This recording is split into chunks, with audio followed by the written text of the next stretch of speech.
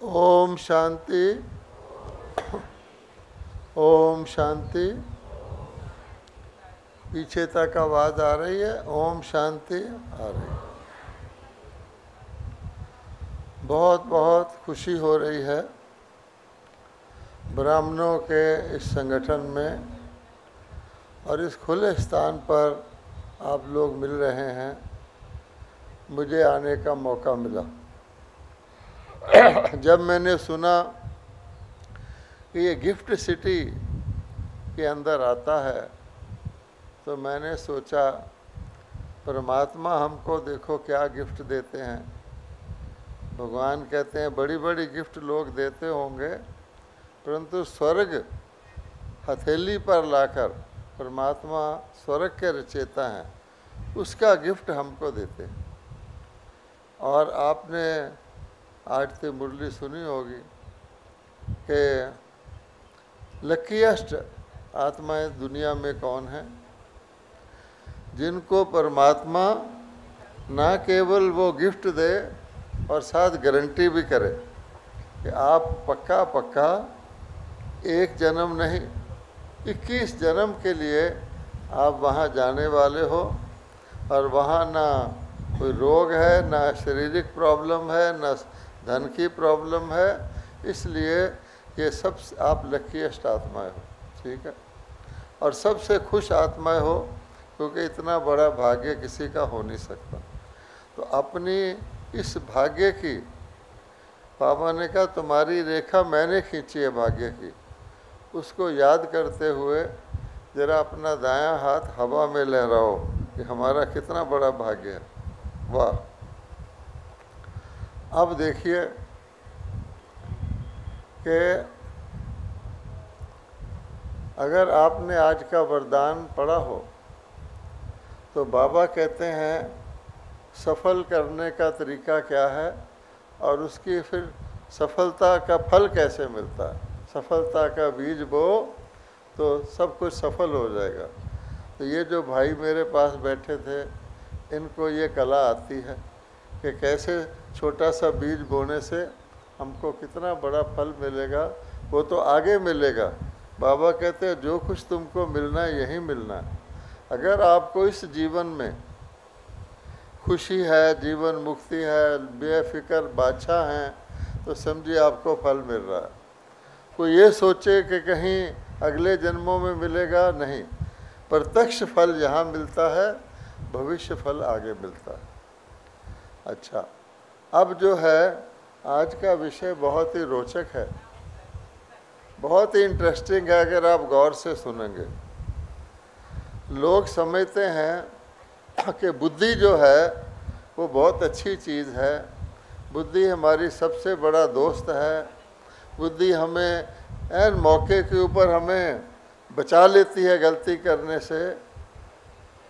लेकिन जहाँ तक मैंने भगवान का ज्ञान समझा है, इसको ज़रा गौर से सुनना, जहाँ तक मैंने परमात्मा का ज्ञान समझा है और उसको जीवन में लाया है, तो ख़ास बात ज़रा नोट करना, बुद्धि हमारी सबसे बड़ी दुश्मन है। अब मैं ये आपको बताऊंगा कि हमारी बुद्धि सबसे बड़ी हमारी दुश्मन है। कैसे?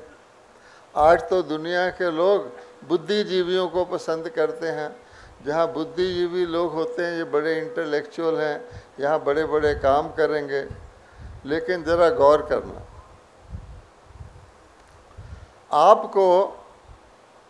आपको संशय में कौन डालता है, आपको डाउट में कौन डालता है, आप कुछ करने जा रहे हैं उसके बीच में वकील बन के कौन आता है? आपकी बुद्धि।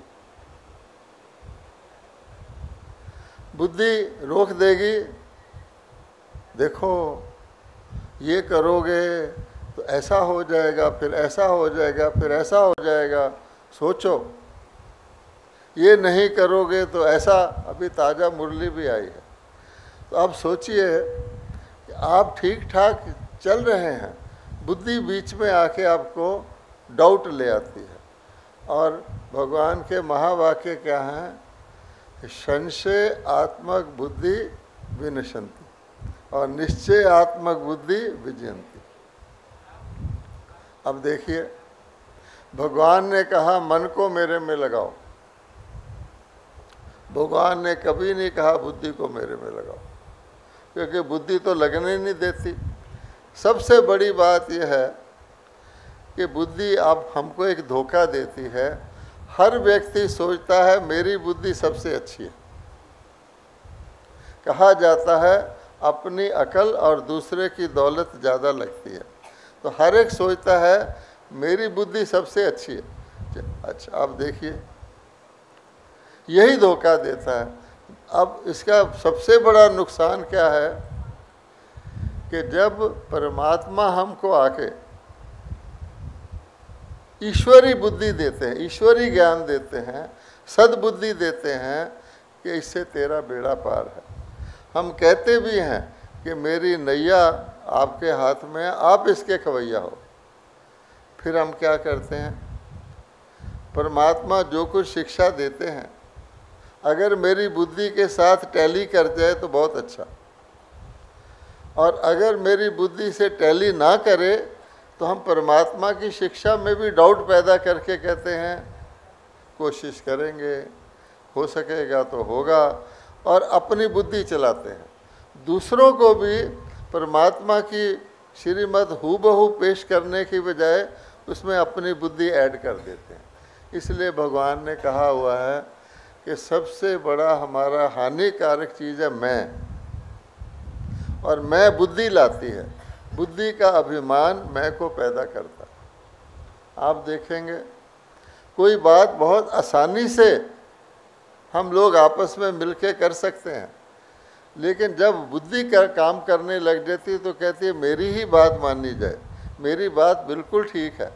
और अगर ना मानी जाए तो अपना क्या हाल होता है जो ऐसे कहता है, और दूसरों का क्या होता है वो आप जानते हैं। बुद्धि हमारी विशेषता को हमारी कमजोरी कर देती है। अब देखिए, देवताओं के लिए क्या कहा गया है, देवताओं को क्या कहा गया है कि देवता पवित्र बुद्धू थे, कहा जाता है। अर्थ इसका मतलब नहीं कि उनके पास बुद्धि नहीं थी, लेकिन उनको बुद्धि का प्रयोग करना ही नहीं पड़ता था। जैसे हम कोई सच्चा बीके है वो अपनी बुद्धि यूज़ नहीं करता। जब आपको भगवान की बुद्धि मिल रही है तो आप उस पर चलेंगे, या कहेंगे चप्पू तेरे हाथ में है, फिर कहेंगे रोक दो इधर जाना।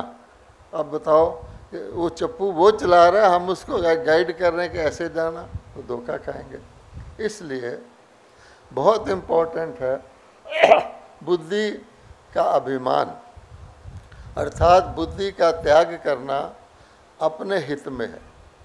क्योंकि बुद्धि के अंदर परमत आती है। अगर दूसरा हमको कोई राय दे दे हमारे जैसा तो हम और कंफर्म हो जाते हैं कि हम ठीक कर रहे हैं। और आज आपको आपकी तरह के राय देने वाले बहुत मिल जाएंगे, क्योंकि वो समझते हैं इनके हाँ में लाओगे हमारा कुछ फ़ायदा हो जाएगा। इसलिए कहा जाता है परमत, दूसरे की मत पर भी बुद्धि चला देती है।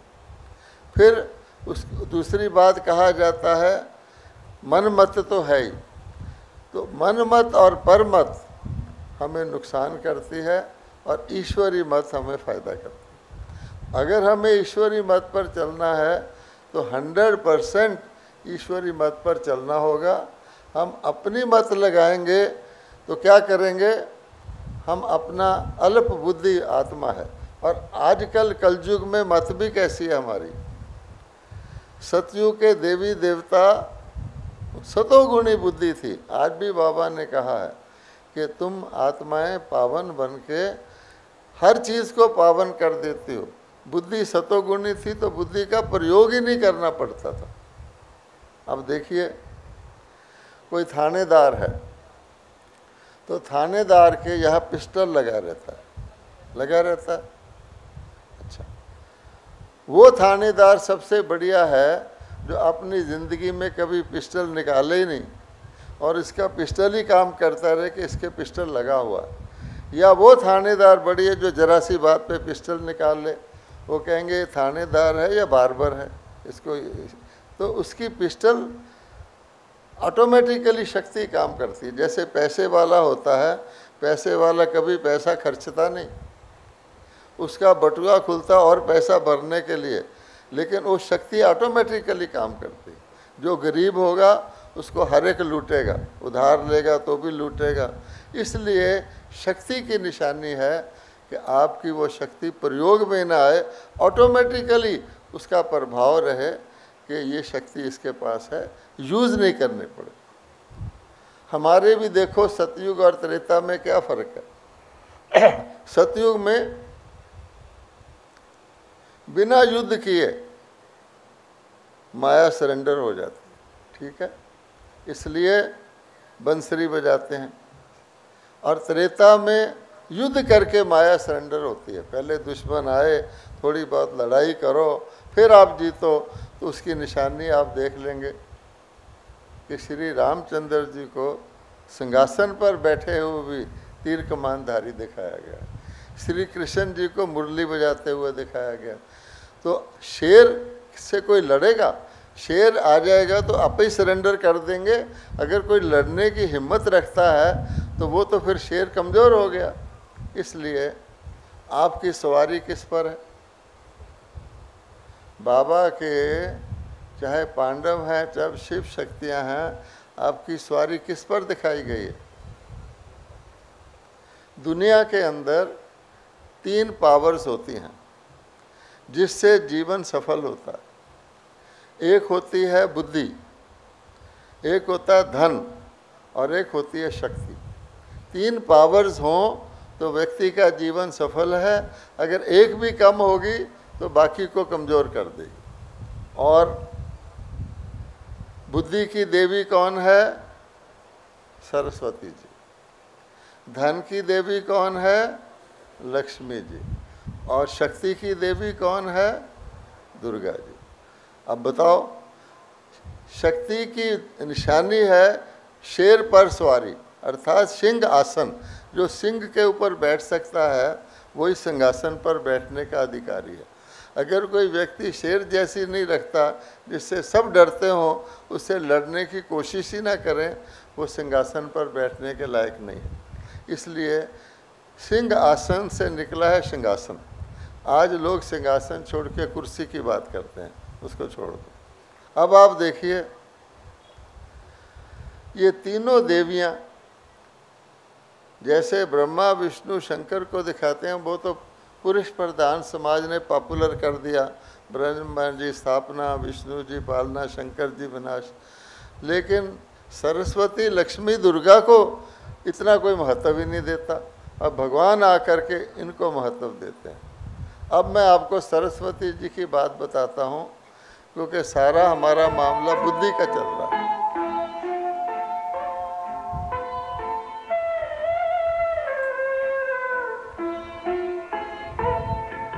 शिव पिता को अब याद करो, मुक्ति धाम तुम्हें जाना है। अपने सुकर्मों के बल पर ही सतयुग में तुमको आना है। शिव पिता को अब याद करो।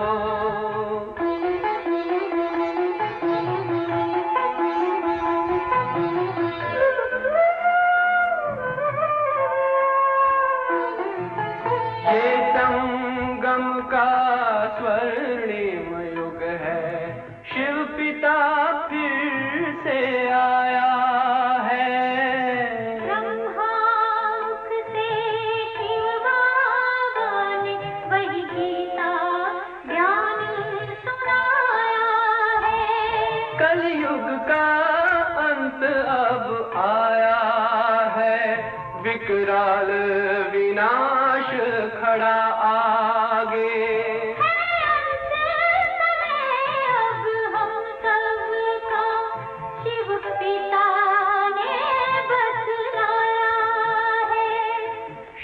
पिता को अब याद करो।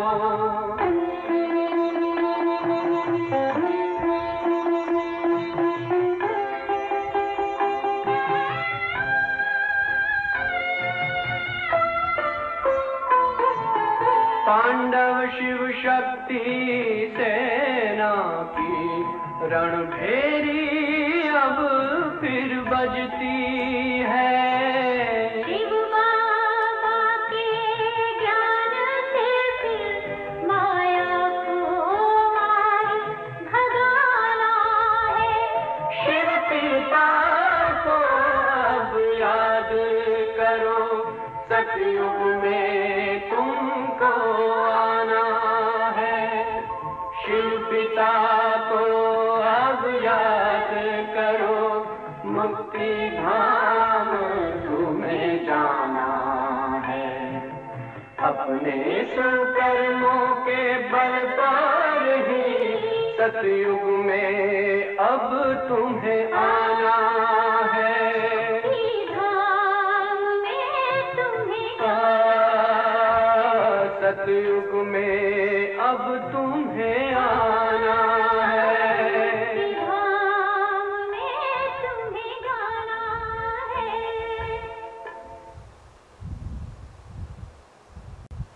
अब आप सुनिए कि आज का मनुष्य बुद्धि होते हुए भी कैसे धोखा खाता है। हम कहते हैं बुद्धि का मतलब है समझ, और समझ का मतलब है अच्छे और बुरे में फ़र्क जानना, खराब और अच्छे में फ़र्क जानना। हमें पता है अच्छा करेंगे अच्छा फल मिलेगा, खराब करेंगे खराब फल मिलेगा। तो दुनिया के जितने पढ़े लिखे लोग हैं, जब ब्रह्मा कुमारी उनको कहती है कि आओ ज़रा बुद्धि ईश्वरीय ज्ञान लो, आपकी बुद्धि शुद्ध हो जाए, तुम प्रार्थना करते हो हे भगवान हमें सद्बुद्धि दे, वो कहते हैं आपके पास आने की क्या ज़रूरत है, आप तो पुरानी बातें धार्मिक बातें बताते हो, हमें पता है ना ठीक क्या है गलत क्या है, और क्या चाहिए हमें। अब इसको गौर से सुनना। नॉलेज का मतलब है राइट और रॉन्ग को जानना। आप सबको पता लग गया कि राइट क्या है रॉन्ग क्या है, अच्छी बात है ना। अगर आप सबको पता लग जाए राइट क्या है रॉन्ग क्या है, ये अच्छी बात है। तो ज़रा हाथ उठाओ, मुझे भी पता लगे आप सो नहीं रहे। हाँ ठीक है ना, कि राइट और रॉन्ग को जाना, अंधकार और प्रकाश को जानना बुद्धि है। अच्छा आगे चलिए ज़रा।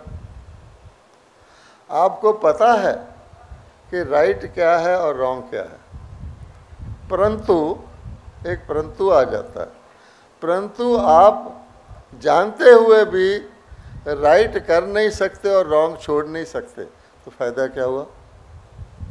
आज क्या है, सबको पता है राइट और रॉन्ग क्या है, प्रॉब्लम कहाँ है, जिसको कहते हैं इम्प्लीमेंटेशन पैरालिसिस, कि करने में राइट कर नहीं सकते रॉन्ग छोड़ नहीं सकते, तो नॉलेज का फ़ायदा क्या हुआ। यहाँ पर लोग आते हैं, हम कहते हैं सुबह के वक़्त आके अमृत वेले तुमको योग सिखाएंगे। अच्छा कहते कल आएंगे, नहीं आते, पूछो, कहते मैं आना तो चाहता था, मुझे पता था अच्छा है आना, पर मैं आ नहीं सका। क्या मतलब हुआ, अच्छी चीज़ पता है मैं आ नहीं सकी। उसको कहो अच्छा तुम आज से गुस्सा करना छोड़ दो, अच्छा ख़राब बात है ना गुस्सा, हाँ जी ठीक है मैं प्रॉमिस करता हूँ मैं गुस्सा करना छोड़ दूँगा। फिर पूछो तो कहेगा ओहो छोड़ना तो चाहता था पर छूटा नहीं। इसका सबसे बड़ा एग्जाम्पल है जब नए साल के दिन सारे लोग अपने से प्रॉमिस करते हैं मैं ये करूँगा क्योंकि ये मुझे अच्छा फ़ायदा करेगा, ये नहीं करूँगा। वो प्रॉमिस कितने दिन चलता है, 5-7 दिन बाद फिर वैसे ही। तो इसलिए वो बुद्धि किस काम की जो करवा ना सके। दुर्योधन के लिए भी कहते हैं, वो कहता है मुझे पता है ठीक क्या है गलत क्या है, पर मेरी रुचि नहीं है ठीक करने की, तो मैं क्या करूं। इसलिए सरस्वती को गॉडेस ऑफ नॉलेज नहीं कहते, सरस्वती को गॉडेस ऑफ विजडम कहते हैं। अब विजडम और नॉलेज में क्या फ़र्क है ये हमको जानना। पहली बात, सरस्वती जी के पास ज्ञान कहाँ से आया? क्योंकि आजकल तो आपको पता है कई साधु महात्मा भी अपने नाम के साथ सरस्वती लगाते हैं, स्वामी दयानंद सरस्वती। कोई व्यक्ति अच्छा बोलता है तो कहते हैं इसके जुबान पर सरस्वती बैठी हुई है, पर सरस्वती तो एक देवी थी, उसके पास ज्ञान कहाँ से आया? वो कौन थी? तो परमात्मा कहते हैं देखो मैं निराकार परमात्मा ज्ञान का सागर हूँ। शिव को परमात्मा कहते हैं, मैं हूँ, पर मैं ब्रह्मा जी को ज्ञान देता हूँ, इसलिए ब्रह्मा जी के हाथ में वेद शास्त्र दिखाए जाते हैं। और ब्रह्मा जी की बेटी सरस्वती है, उससे सरस्वती को मिलता है। और सरस्वती अकेली नहीं है, सरस्वती को गुप्त नदी दिखाया गया है, लेकिन अनेक ज्ञान गंगाएं जिसको कहते हैं नदियाँ हमारी भारत की, गंगा, जमुना, सरस्वती, महानदी, गोदावरी, कृष्णा, कावेरी, नर्मदा, ताप्ती, ये सब नाम हैं, अर्थात उन देवियों को जिनको परमात्मा का ज्ञान मिला। अब वो विजडम क्या है? वो ये है कि दो चीज़ें नहीं देखनी, राइट और रॉन्ग। विजडम क्या है भाई? सिर्फ राइट ही देखना, छुट्टी। अगर आप को हरा चश्मा मिल जाए तो आप सब चीज़ को हरा ही हरा देखोगे। अगर आपको ऐसा चश्मा मिल जाए कि आप राइट ही देख पाएँ, खराब देखे ही ना, तो मौज हो गई। इसलिए भगवान कहता है उसका नाम ईश्वरी ज्ञान है। ईश्वरी ज्ञान क्या कहता है? बड़ा आसान है। हम लोग तो प्रैक्टिस करते हैं, लाखों भाई बहन प्रैक्टिस करते हैं। ईश्वरी ज्ञान कहता है, क्या कहता है? देखो तुम्हें अपने अंदर खुशी चाहिए, अपने लिए, अपने अंदर शांति चाहिए, अपने अंदर प्रेम चाहिए। अब कोई ऐसा काम नहीं करना जिससे तुम्हारे अंदर की खुशी उदासी में बदल जाए, शांति अशांति में बदल जाए, प्रेम घृणा में बदल जाए। इसके लिए क्या करो कि जिसको भी देखो उसका गुण देखो, उसकी अच्छाई देखो, तो तुम्हारे अंदर अच्छाई जाएगी, तो तुम्हारे अंदर उससे घृणा नहीं होगी, प्रेम होगा, तुम्हारे उसके संबंध शांति के होंगे। अब कितना आसान है कि केवल अच्छा ही अच्छा देखना।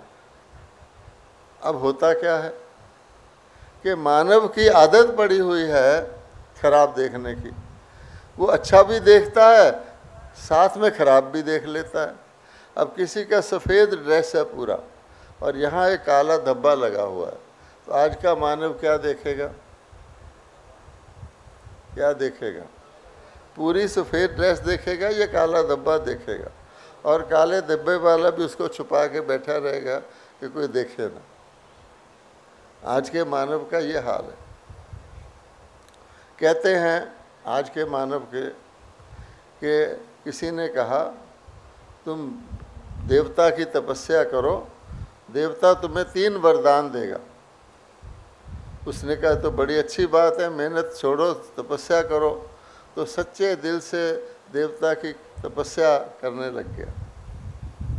15 दिन बाद देवता प्रकट हो गए, बोले बोलो 3 वरदान। पर देवता ने, उसको स्वभाव पता था, उसने हल्का सा कह दिया तुम्हारे पड़ोसी को डबल मिलेगा, ये कह दिया।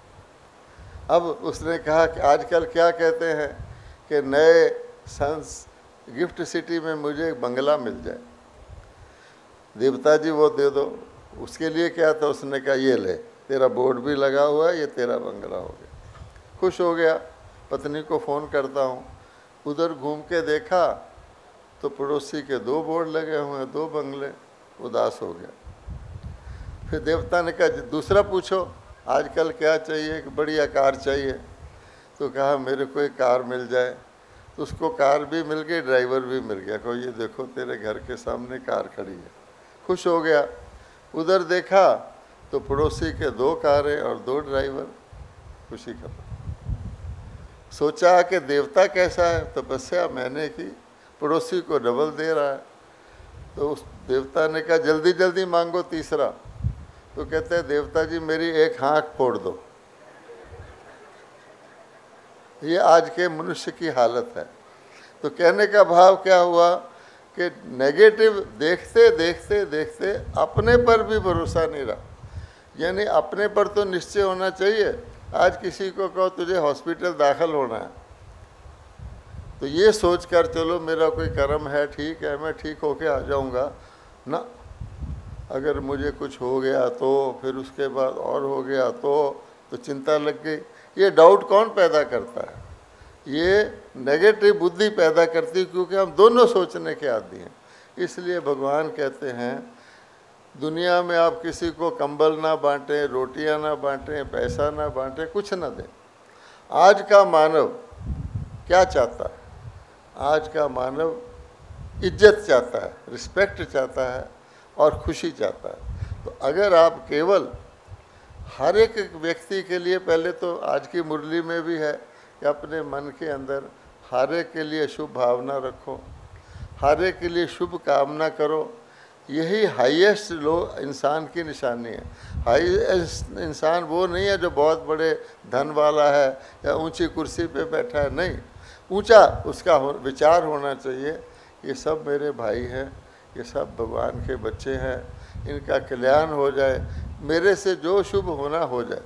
हम वैसे प्रेयर करते हैं सब प्राणियों का भला हो, लेकिन प्रैक्टिकली तो ब्रह्मा कुमारी में विजडम सरस्वती जी ने क्या सीखा और क्या सिखाया कि भाई सबका भला सोचो। अब यहाँ प्रश्न उठता है, एक व्यक्ति बहुत ही खराब है, बहुत नुकसान कर रहा है, सारे मोहल्ले में नुकसान ही नुकसान कर रहा है, हमारे लिए भी बुरा कह रहा है, उसका और कोई काम ही नहीं है, उसका भला मैं कैसे सोचूं? अब भगवान कहता है कि देवता तुमको बनना है या उसको।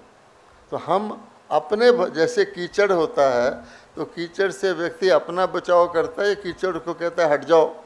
इसलिए हम दूसरों को देवता बनाने की कोशिश करते हैं। आजकल की बुद्धि क्या है, किसी कोर्ट में चले जाओ, दूसरों को इल्ज़ाम लगाएंगे ताकि मैं बच जाऊं। आज इलेक्शन होता है तो भी क्या हो कहते हैं, इलेक्शन को कहते हैं लड़ना, इलेक्शन लड़ रहे हैं। अरे भाई लड़ना क्या हुआ?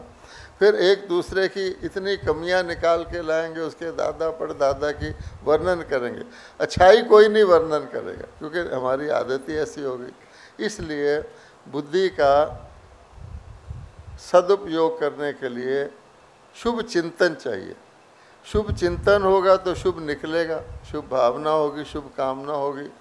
और शुभ चिंतन का क्या तरीका है कि प्रभु चिंतन, क्योंकि परमात्मा तो गुण ही गुण है, गुण ही गुण है। परमात्मा का कोई भी गुण का चिंतन करोगे तो शुभ ही होगा। अब देखिए एक और बात लोग कहते हैं, वो क्या कहते हैं, एक बार लक्ष्मी जी, सरस्वती जी और एक भाभी जिसको किस्मत कहते हैं, वो तीनों बगीचे में सैर कर रही थी और नारद जी गुजर रहे थे। नारद जी के यहाँ मक्खी लगी तो नारद जी ने ऐसे किया, उन्होंने कहा इन्होंने, नारद जी ने हमें प्रणाम किया। अब वो उन्होंने कहा, उसने कहा मुझे किया, उसने कहा मुझे किया, उसने कहा मुझे किया। चलो नारद जी से पूछ लेते हैं। तो पहले सरस्वती जी गई बुद्धि कि नारद जी आपने तो मुझे प्रणाम किया है ना, क्योंकि बुद्धि सबसे ऊंची चीज़ है। उसने कहा नहीं, तुम घटना घटने के बाद आती हो, जब कुछ हो जाता उसके बाद आती हो। जैसे अहमदाबाद की पुलिस है, अच्छा घटना घटने के बाद आती हो तो काम नहीं बनता, गड़बड़ हो जाती, तो वक़्त पे क्यों नहीं आती? फिर उस लक्ष्मी खुश हो गई, उसने कहा शायद मेरे को सलाम की नमस्कार किया होगा, वो खुशी खुशी गई। तो नारद जी ने कहा मैं तो आपको क्यों नमस्कार करूँगा, आप तो जिसके पास आती हो वो भी पागल हो जाता है और जिससे जाती हो वो भी पागल हो जाता है। तो किसी के पास धन आ जाए वो पागल हो जाता है, धन चला जाए तो भी पागल हो जाता है। फिर उसने कहा भाभी जो टलती नहीं है, आपने मुझे सलाम किया, हाँ आपको आगे से भी सलाम, पीछे से। अब क्वेश्चन ये है कि ना सिर्फ बुद्धि होनी चाहिए ठीक सतोगुणी, लेकिन वक़्त पे आनी चाहिए। अब उसके लिए क्या किया जाए? उसके लिए भगवान कहता है कि आपका मन जो है अगर इधर उधर लगा होगा तो बुद्धि आएगी भी, तो आपका मन एंगेज्ड है। जैसे किसी का फ़ोन आपको अर्जेंट आ रहा है पर आप लंबी लंबी कॉल कर रहे हैं, वो क्या करेगा, 4 बारी बजाएगा, 5 बारी वापस चले जाएगा। इसलिए भगवान कहता है कि बुद्धि को वक़्त पे प्रयोग करें। बुद्धि आपकी सेवाधारी है। आत्मा की बुद्धि भी सेवाधारी है, मन भी सेवाधारी है, इंद्रियां भी सेवाधारी हैं। आज भी बाबा ने कहा है, लेकिन वो सेवाधारी, बाबा ने मंत्री कहा ना, प्रधानमंत्री, तो वो सेवाधारी वक़्त पे आ जाए। तो जितने आजकल के ज़माने के सेवाधारी बिगड़े हुए हैं, ऑफिस में जाओ पीएन आता ही नहीं, पूछोगे जी मैं ज़रा चाय पी रहा था, अगर बेटा बेटा करके कहो नहीं बेटा, तब वो थोड़ी सेवा करता है। इसलिए मन भी बिगड़ा हुआ, बुद्धि भी बिगड़ी हुई है। तो बुद्धि को वक़्त पे आने की, अटेंशन दिलवाने के लिए बाबा एक्सरसाइज कराता है, जिसको आजकल हम लोग एक्सरसाइज करते हैं, ताजी एक्सरसाइज। तो बहुत ही आसान बताई है कि 5 सेकंड की एक्सरसाइज, 5 सेकंड की। अगर व्यक्ति 5 सेकंड में 1 2 3 4 5 कर ले तो वो एक्सरसाइज ऐसी है जो उसके तीनों लोकों को, तीनों कालों को कवर कर लेती। आपको पता है ताजी एक्सरसाइज क्या है? 1 कहो तो आत्मा परम धाम में, ठीक है। 2 कहो तो आत्मा सतयुग में। 3 कहो तो आत्मा देवता के रूप में पूजा हो रही है। 4 कहो तो आत्मा यहाँ ब्राह्मण के रूप में। 5 कहो आत्मा फरिश्ता छुट्टी। अब इससे, क्योंकि माइंड तो बड़ा तेज है, उसको रोज़ रोज़ कैप्चर करेंगे तो जिस वक्त जिसको बुलाएंगे वो आ जाएगा। तो बाबा कहते हैं इसलिए बुद्धि को डिसएंगेज करके उसको कहा जाता है एकांत में रखकर। एकांत का ये मतलब नहीं अकेले कहीं रहना, अर्थात हम भीड़ में भी अकेले रहें, उसको कहा जाता है। इसलिए ये जो सारा खेल है, भगवान ने कहा, एक बात और आपको बता दें, हर व्यक्ति समझता है मेरी बुद्धि ठीक है, ठीक है। अच्छा, अगर बुद्धि ठीक है तो काम कैसा होना चाहिए, अच्छा होना चाहिए या खराब? बुद्धि तो गाइड करेगी ना, ये कर ये नहीं कर। बुद्धि ठीक है तो काम अच्छा होना चाहिए। काम अच्छा होना चाहिए तो उसका फल क्या मिलना चाहिए? खुशी, सुख। फल मिल रहा है दुख, अशांति, तो ज़रूर काम में गड़बड़ है। काम में गड़बड़ है तो ज़रूर बुद्धि में गड़बड़ है। क्या किया जाए? अब देखिए, हर व्यक्ति के आँख है देखने की। किसी की आँख कमज़ोर हो जाती है, उसको पता नहीं, वहाँ कोई चश्मे वाला नहीं, गांव में ऐसा होता है, पहले वक्त में ऐसा ही था। तो वो क्या करते थे, वो देखते रहते थे, थोड़ा टेढ़ा करके देख लेंगे, थोड़ा लेट के देख लेंगे, ऐसे आँख तो देखते रहते थे। वो तो समझते थे मेरी आँख देखती है। लेकिन जब आई के डॉक्टर के पास जाओ तो वो आपको चेक करके दिखाएगा कि आपकी आँख इतनी तो ख़राब हो चुकी है, ऐनक लगा के देख सकते हो, ठीक है ना। आजकल क्या कहते हैं, आई साइज नॉर्मल विद ग्लासेस, ये नॉर्मल हो गया, लोगों के ऐनक लगती है। अच्छा, इसी प्रकार से हमारी बुद्धि कितना जवाब दे चुकी है हम नहीं जानते। हम समझते हैं जब भी कोई नुकसान होता है, मैं कोई गड़बड़ करता हूँ तो मेरी बुद्धि बोलती है, मेरी कॉन्शियस घंटी बजाती है, ठीक है। अब देखिए, बुद्धि एक बहुत नाजुक चीज़ है। जैसे तितली होती है ना, तितली को हाथ में पकड़ो उसके रंग झड़ जाते हैं। लेकिन हम बुद्धि की नज़ाकत को नहीं जानते, इसलिए हम ये भी नहीं समझते कि हमारी बुद्धि जवाब दे चुकी है। अब मैं आपको बताता हूँ कि एक व्यक्ति की बुद्धि कितना तक जवाब दे सकती है। एक व्यक्ति है जिसने कभी ज़िंदगी में चोरी नहीं की, कभी नहीं की। वो चोरी को बुरा मानता है।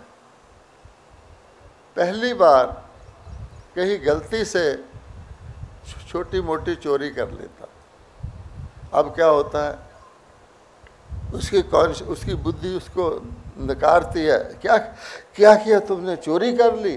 चोरी तो लख की भी और कख की भी होती है, उसको नींद नहीं आती, इसकी बुद्धि सालम है। लेकिन अगर कोई व्यक्ति धीरे धीरे चोर बन जाए अब उसकी बुद्धि उसको जवाब नहीं देती, वो समझता चोरी करना तो नॉर्मल है। चोर के लिए तो चोरी करना नॉर्मल है, उसके लिए कई रीज़न भी बता देगा। परंतु अगर चोर तक उसकी बुद्धि है, उसने कभी किसी का खून नहीं किया, तो चोर रहेगा। अगर पकड़ा भी जाए तो जेल में चले जाएगा, खून नहीं करेगा। लेकिन धीरे धीरे अगर कोई व्यक्ति खून कर दे, पहला खून करेगा उसको बहुत तकलीफ़ होगी, 3 बार करेगा, उसके बाद बुद्धि की घंटी बजना बंद, वो खून करने लग जाएगा। अब वो लेकिन फिर भी देखिए उसकी बुद्धि कायम है, अपने डाकुओं के साथ खून कर रहा है, लोगों को पिस्टल से मार रहा है। उसके भीड़ में उसका चाचा खड़ा है, तो अपने साथियों को क्या, देखो भाई मेरे चाचा को बचाना है। अब इतनी बुद्धि तो उसमें है कि और जिसको भी मार दे, चाचा को नहीं मारना। और बुद्धि खराब हो जाए तो जैसे मुरली में आया है, पति पत्नी को मार देता है, बच्चे बच्चों को मार देते हैं, तो बुद्धि बिगड़ गई। अब बुद्धि की स्टेजेस हुई, हमें क्या पता हमारी बुद्धि असली क्या थी।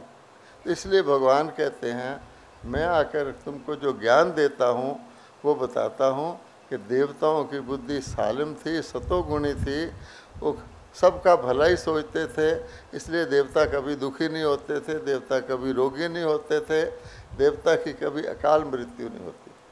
तो इसलिए अब देखिए बुद्धि की सॉफ्टनेस कितनी है। मान लीजिए एक बहुत बड़ी मल्टी स्टोरी बिल्डिंग है, उसके नीचे एक स्टोर है, तो बिल्डिंग वाले उस स्टोर वाले से सामान लेते हैं। उनको पता भी है थोड़ा महंगा देता है, पर वो सोचते हैं कि कन्वीनियंट है, 2 पैसे ज़्यादा ले लेता है, कोई बात नहीं। अब दिवाली का दिन है, कोई व्यक्ति उस बिल्डिंग का रहने वाला जो उससे रोज़ सामान लेता है, दिवाली के दिन स्टोर वाले से सामान लेता, और स्टोर वाला गलती से उसको चेंज वापस करने में 500 रुपये एक्स्ट्रा वापस कर देता। अब उसके नोटिस में आ गया कि 500 रुपया मेरे पास एक्स्ट्रा आ गया। अब वो व्यक्ति क्या सोचता है कि रोज़ तो ये थोड़ा थोड़ा लगाता था, मैं मजबूर था, आज इसके 500 मेरे हाथ में आए हैं तो रख लो। आज 99% लोग उसको रख लेंगे, अपने आप को रीज़न दे देंगे कि कुछ रिकवर हुआ है। अच्छा, अब देखिए उसने उसका 500 रुपया रख लिया, दुकानदार को पता नहीं, वो तो खुश है, रोज़ उसको जय हिंद जय भारत बोलता है, हो सकता है जय गुजरात भी बोलता, मुझे पता नहीं, भाई साहब ने जय गुजरात नहीं बोला। अच्छा, अब देखिए अब वो रोज़ उसकी दुकान के आगे से निकलकर अपने काम के लिए जाता है, कार पकड़ता है, टैक्सी पकड़ता है। दुकानदार उसको कहता है बाबूजी राम राम, क्योंकि उसको तो पता ही नहीं, और उसके मन में घंटी बजती है कि इसका 500 रुपया मेरे पास है। आप 1 साल वहाँ रहे वो, 2 साल वहाँ रहे वो घंटी बजना बंद नहीं होगी। इसका 500 रुपया छोटी बात है, लेकिन आप देखिए कितनी नाजुक बात है। जब तक वो उसके पास जाके ये ना कहे कि भाई गलती से तेरे 500 रुपये मेरे पास आ गए, ये ले। अब इसका मतलब क्या निकला कि मनुष्य की जो कॉन्शियंस है, जो अंतरात्मा है, बहुत नाजुक है, और हम अंतरात्मा की आवाज़ को दबाते हैं। 1 बार दबाते हैं वो घंटी बजाती है, 2 बार बजाते हैं, जब बार बार हम सुनते ही नहीं तो जवाब देना बंद कर देती है। लेकिन अगर उससे आगे हम और गिरें तो फिर वो घंटी बजाती है। इसलिए भगवान ने हमें समझाया है कि ये बुद्धि डिफेक्टिव है, ख़तरनाक है। तो मैं दिल वाला हूँ। दिल जो होता है, दिल बड़ा कोमल और नाजुक होता है, दिल के अंदर दया भाव होता है, क्षमा भाव होता है, दूसरे के लिए कुछ करुणा होती है। इसलिए लोग भगवान से भी करुणा मांगते हैं, दया मांगते हैं। भाई हमने तो पाप कर लिया, ये तो वापस जा नहीं सकता, हम फांसी के लायक हैं, हे भगवान करुणा कर दो। और आपको पता है क्षमा की पावर राष्ट्रपति को भी होती है, कि कोई खून भी करे आए उसको क्षमा कर सकता है, भगवान के पास तो है ही। इसलिए अगर हम दिल को परमात्मा में लगाएंगे, अब वो परमात्मा कहता है सच्चा दिल होना चाहिए। एक और भी बात है, कई लोग काम चलाऊ परमात्मा में उस वक़्त वायदा वुदा कर लेते हैं कि परमात्मा काम कर देगा फिर हम देख लेंगे। इसको भी चतुराई कहते हैं। बहुत बहुत बातें इसकी हैं। एक व्यक्ति नदी में जा रहा था, पानी बढ़ता गया, नदी के मिडल में आके उसका पानी यहाँ तक हो गया। उसने कहा, हे भगवान बचा ले, इतने का प्रसाद चढ़ाऊँगा, क्योंकि यहाँ तक आ गया। फिर ज़रा और यहाँ तक आ गया तो उसने प्रसाद को डबल कर दिया, हे भगवान इतने का प्रसाद चढ़ाऊँगा, मरता क्या नहीं करता। अब आगे तो नदी कम होनी थी, थोड़ा आगे गया तो पानी यहाँ तक आ गया, तो बोला भगवान इतना नहीं, ये ज़्यादा है, इतना कर दूँगा। बाहर आते आते छुट्टी। अब इसका मतलब क्या हुआ कि हम भगवान से भी चतुराई कर रहे हैं। तो भगवान कहता है मैं हर एक की इच्छा पूरी करता हूँ, लेकिन ये देख लेता हूँ इसने सच्चे दिल से किए।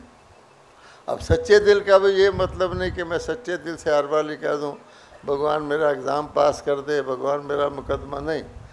भगवान कहता है उसके अंदर, दिल के अंदर रियलाइजेशन होना चाहिए कि जो मैंने किया है ये गलत किया है, मैं इसको रियलाइज़ करता हूँ, अब मुझे छोड़ दीजिए, मैं अगली बार ये रिपीट नहीं करूँगा। तब भगवान कहते हैं सच्चे दिल से याद करेंगे तो आधा माफ़ होगा, पूरा नहीं, सूली से कांटा हो जाएगा।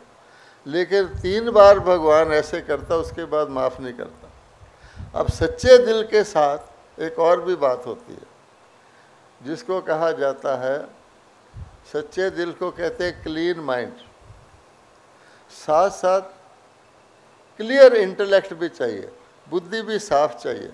क्योंकि बुद्धि अगर वो रिसीव नहीं करेगी, आप कोई किसी को ऑफ़र कर रहा है लेकिन वो रिसीव ही नहीं कर रहा, उसकी बुद्धि और तरफ लगी हुई है, तो फिर भी नहीं ठीक होगा। इसलिए परमात्मा से कुछ भी लेना हो उसके लिए पहले अपनी गलती को रियलाइज़ करें, फिर सच्चा दिल करके, सच्चे बिल्कुल, चालाकी नहीं चलेगी, चतुराई वाला दिल। भगवान कहते हैं मैं जानता हूँ, जैसा कोई मांगता है वैसा ही देता हूँ, और बुद्धि आपकी क्लियर हो। तो क्लीन माइंड और क्लियर इंटेलेक्ट से आप परमात्मा की मदद ले सकते हैं। अब भगवान कहता है तुम जरा सा चलो तो मैं तो ऑलमाइटी हूँ, तुम्हारी सब मुश्किलें पूरी कर देता हूँ। इसलिए ये जो ब्रह्मा कुमारी आप लोग, हम सब ये जो करते हैं, हमको पता है हम क्या करते हैं, लेकिन क्योंकि हमको पता नहीं है कि हमारे ऊपर कितना पिछले जन्मों के गलत अकाउंट का खाता चढ़ा हुआ।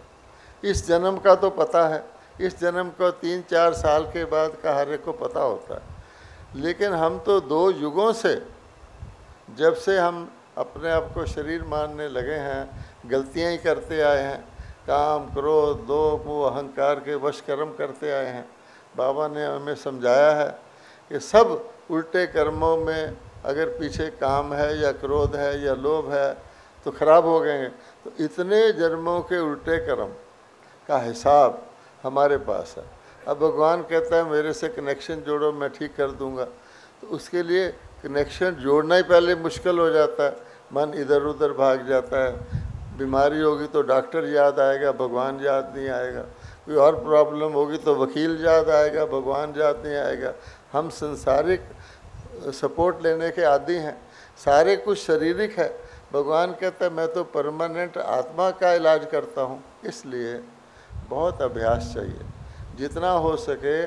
भगवान कहते हैं और तरफ से बुद्धि को हटाकर, शरीर ने तो ऊपर नहीं जाना, आत्मा ने जाना है। आत्मा ही आई है, समेट कर समेट कर समेट कर। अगर इधर उधर भटकने से बचना है तो भगवान कहते हैं मेरी श्रीमत पर चलो, अपनी मन मत को, पर मत को, दूसरों की मत को बीच में नहीं लगाओ। तो इसलिए बुद्धि के ऊपर कभी विश्वास नहीं करना। बुद्धि एक तो हमारी तमोगुनी हो चुकी है, दूसरे बुद्धि हमको डाउट में डालेगी। अगर भगवान कहेगा सुबह आके अमृत वेले बैठ जाओ, बिल्कुल खाली संकल्प करके बैठ जाओ, मैं तुम्हारी बुद्धि को टच करूँगा, क्या राइट है, तो क्या होगा, बैठ जाएंगे। थोड़ी देर बाद सोचेंगे भगवान ने अभी टच तो किया नहीं, अपनी बुद्धि से सोचना शुरू कर देंगे, फिर कहेंगे मैं बाबा के कमरे में गया था, बाबा ने ऐसे कहा है मुझे, होगी अपनी बुद्धि। इसलिए भगवान कहता है ये नहीं। तो हमें श्रीमत, पूरा दिन श्रीमत पे चलेंगे तो उस वक़्त भी श्रीमत काम आएगी। नहीं तो हम अपनी मनमत को भी श्रीमत समझ लेते हैं, हमारी मर्जी के मुताबिक कुछ हो जाए तो श्रीमत। अब मान लो बाबा कहते हैं बच्चे ये ज्ञान, ये योग कोई पार्ट टाइम हॉबी नहीं है कि आपने 1 घंटा योग लगा लिया, नहीं, ये तो जीवन के अंदर योगी रहना है। इसलिए तुम चलते फिरते बस में चढ़ रहे हो, कहीं जा रहे हो, योग में रहो। अच्छा, बैठने की ज़रूरत नहीं है खास, बड़े खुश हो जाते हैं, वाह बाबा ने तुम्हें छुट्टी दे दी, बैठने की ज़रूरत ही नहीं। तो हम देखते हैं दिल्ली में हम रहते हैं, बहुत एक बीके की बस आती है, वो भट्टी भी करती है, फिर अगले दिन कहते हैं हमने आगरा देखने जाना है। अच्छा, हमने आगरा देखने जाना है, पहले से प्लान बना के आते हैं। भाई आगरा देखने क्यों जाना है? एक राजा था, उसने अपनी पत्नी के योग में एक मकबरा बना दिया, वो जाने। हमको क्या कष्ट हुआ है कि हम आगरा देखने जाएंगे? अच्छा, परंतु जाना है, जहाँ जाएंगे सुनेंगे यहाँ 4 मीनार है, वो देखने जाना। अब क्या करें? फिर हम क्या कहेंगे, अच्छा भाई बाबा को याद करते जाना, बाबा के गीत गाते जाना, ऐसे ऐसे आपस में ज्ञान की चर्चा कर। अब ये जो हमारी डाइवर्शन है ये हमारे को नुकसान करती है, क्योंकि जब हम भगवान को याद करेंगे तो याद आ जाएगा ताजमहल में ये हुआ था, तो प्रॉब्लम आ गई। इसलिए 5 बातें भगवान बताता है। एक तो है एक नामी। एक नामी का मतलब है बस एक ही परमात्मा की याद करनी, क्योंकि वही श्रीमत देता है, वही हमें योग सिखाता है, वही शक्ति देता है। अब हम गीत भी गाते हैं, कौन सा गीत गाते हैं? मेरा तो शिव बाबा एक और दूसरा ना।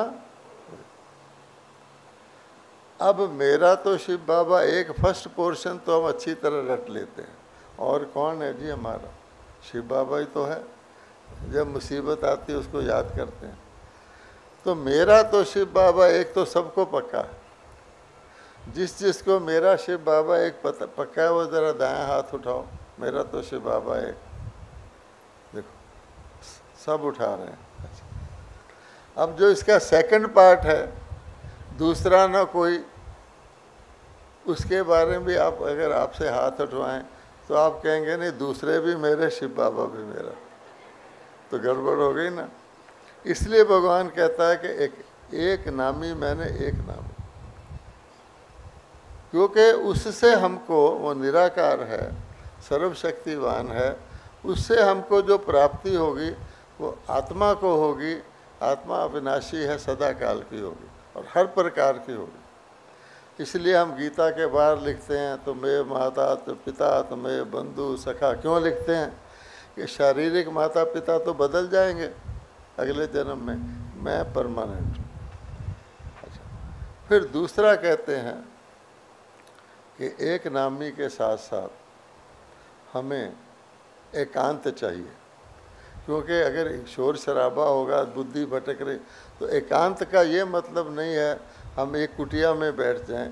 लेकिन भगवान ने आज भी कहा है कि अमृत, सुबह का टाइम खाली टाइम होता है, सुबह के टाइम में आपके पिछले दिन के थॉट दबे हुए होते हैं, एकांत का समय होता है। उस वक़्त एक के अंत को जानना है। एक अंत का सिर्फ ये मतलब नहीं कि खाली परमात्मा के, कितना परमात्मा बेअंत है, सागर के समान कहा जाता है। अगर सागर का ज्ञान धरती का स्लेट बनाओ, इतना उसका ज्ञान है, हम तो थोड़ा सा लेते हैं।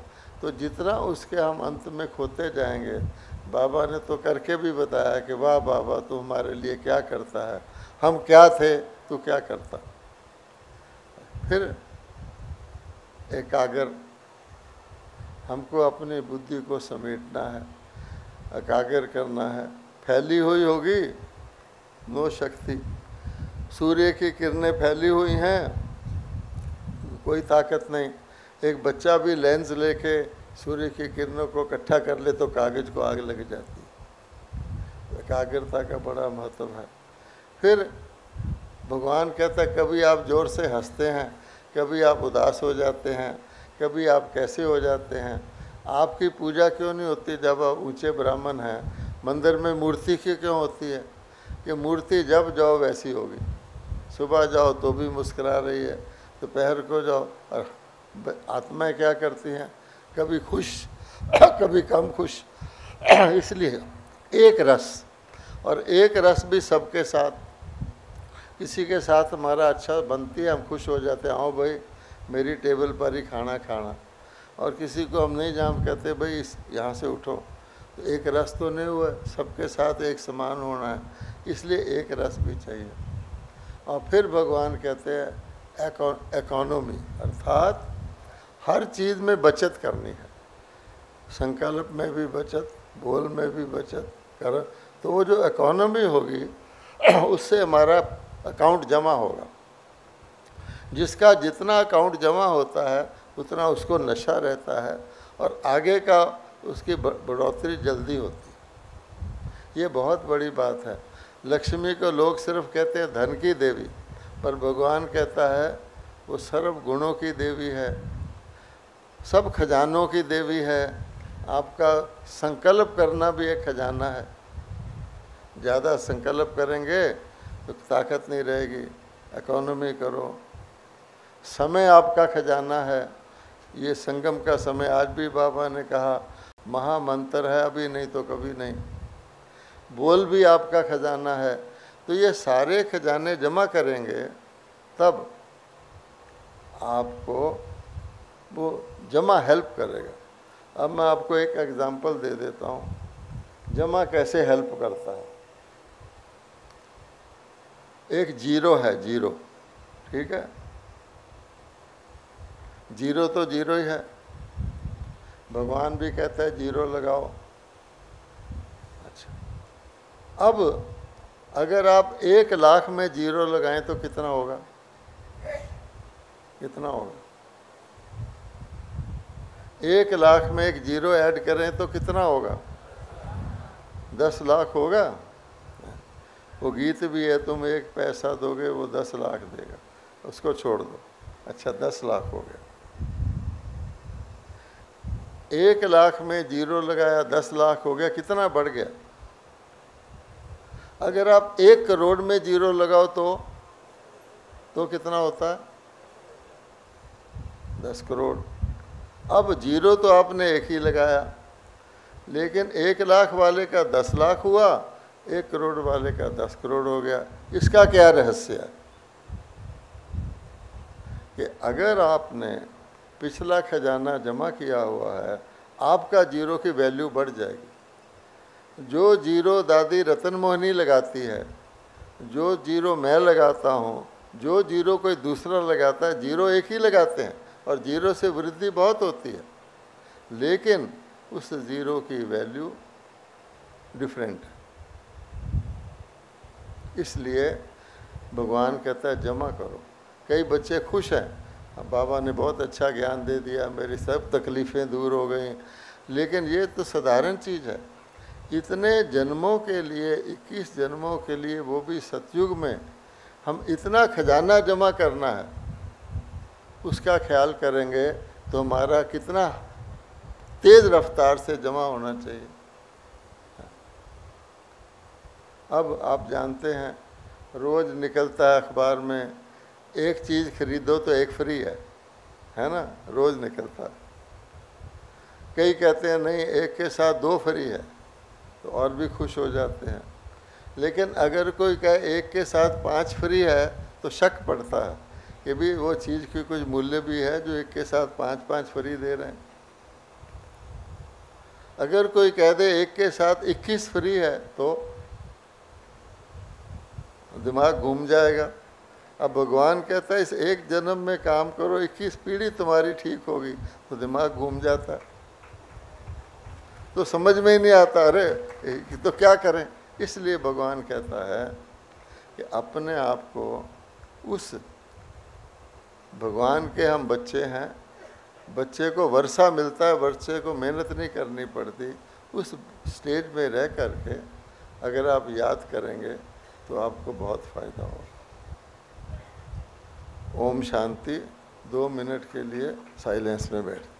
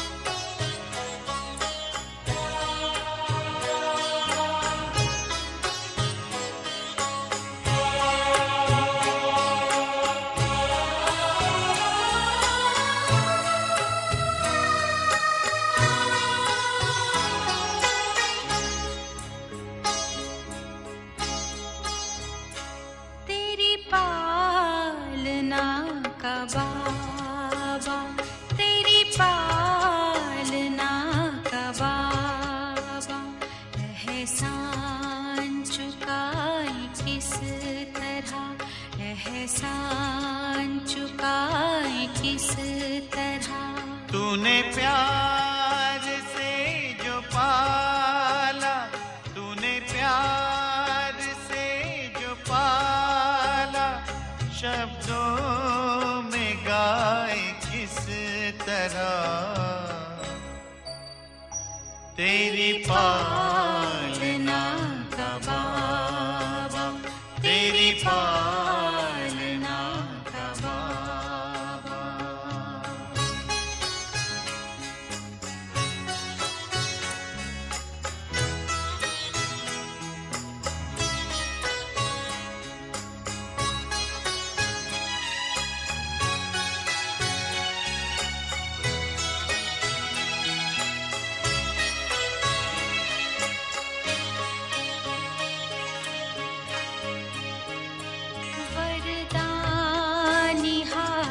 तेरा सदा सर पे अपने पाया, ममता भरी नजर से निर्मल हमें बनाया। गुणों से तूने सजाया, गुणों से तूने सजाया, उसको